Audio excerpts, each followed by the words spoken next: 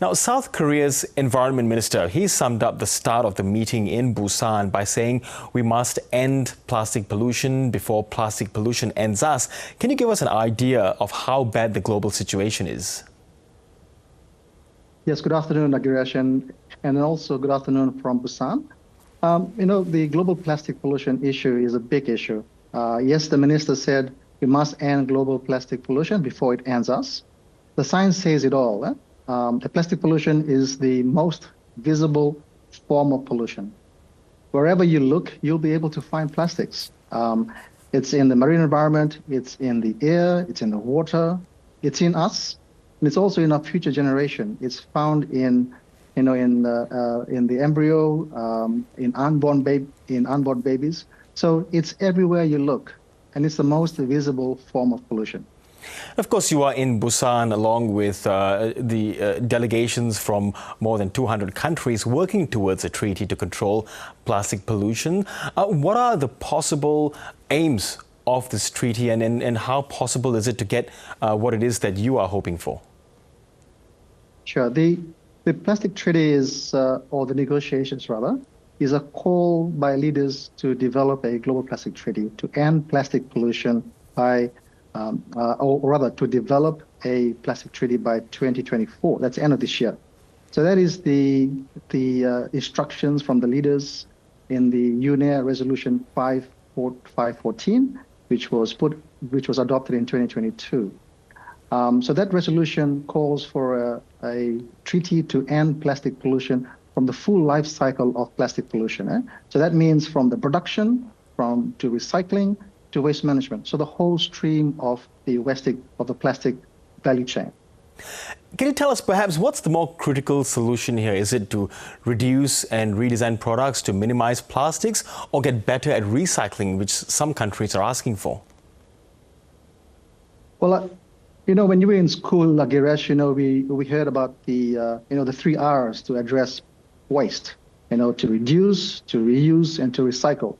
So if you look at it in that 3R into the waste hierarchy as you call it, then we will put reduce up front. So you must reduce, and then maybe to redesign, and then to recycle. So in that order, you cannot go from recycling. The saying goes that we cannot recycle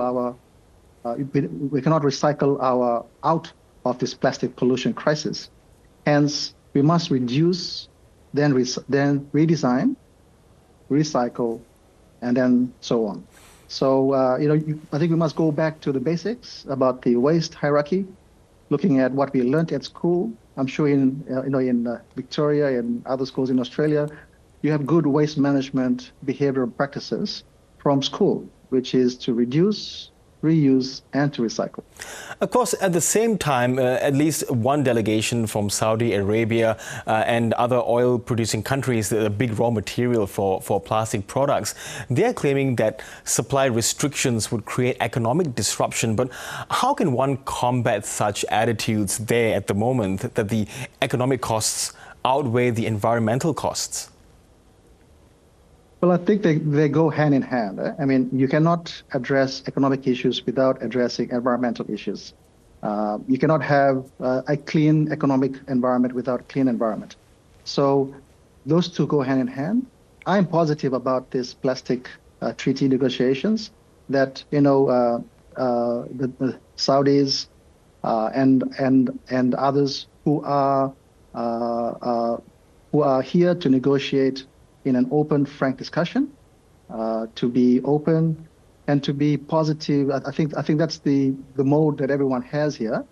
How we get there, it's going to take a bit of a pain, because you're talking about 166 countries. It's a lot of negotiations, a lot of people in a room. Everyone has a desire to address plastic pollution. Anthony, can you tell us? Following this. Yes, Anthony, can you tell us? You are in Busan, of course, with all the delegates. What's the sense there of there being a legally binding treaty as a legitimate outcome, given that there's some opposition to this? Well, as I said,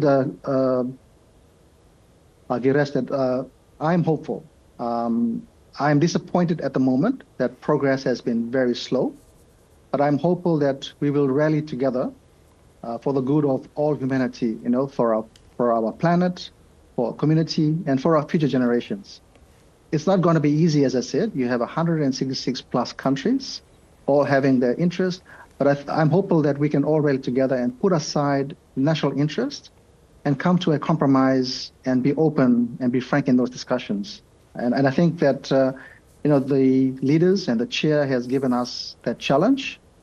I think with the next couple of days, it's progress has been slow, so I'm not happy about that. But what I'm excited for is the next couple of days of how we can work together. And I think if you're here, you got to be excited about that. And Anthony, you live and work in Fiji and born and raised in Samoa. Can you explain to us how plastic pollution is impacting Pacific Island states? Sure. I mean, the region is, like small island development states, like Fiji and like Samoa. The small island development states are the most impacted by plastic pollution. The Pacific region contributes less than 1.3% of the plastic problem. Yes, we are the most impacted on plastic and the most burdened by the plastic pollution impact. And because of that, we are the most burdened by its impact and its ability to respond to that impact.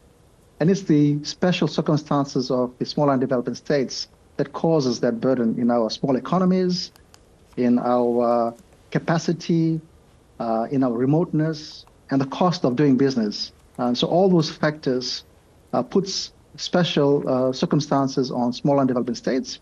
So we are impacted by plastic pollution, and also the same as we are impacted by climate change. So it's the same sort of scenario. And of course, one of the the most visible symptoms of global plastic pollution is that Pacific garbage patch that is there. Could a treaty perhaps accommodate pollution that goes beyond a country's maritime jurisdiction, because that garbage patch lies in international waters? So that means that no one really is responsible for cleaning it up. The treaty calls on addressing plastics in the environment, so legacy plastic. So the treaty calls on parties to work to address plastic within its EEZ, but also to work collectively to address plastics beyond areas beyond areas of its jurisdiction. So it does ask parties to work individually to address plastics within its coastal environment, within its EEZ, but also beyond that to work collectively to address those legacy plastics, as you call the plastic gyros. Okay, Anthony Talouli, we really do wish you all the best in Busan, and thank you very much for taking the time to speak with us. Thank you, Girish. It's my pleasure. Thank you.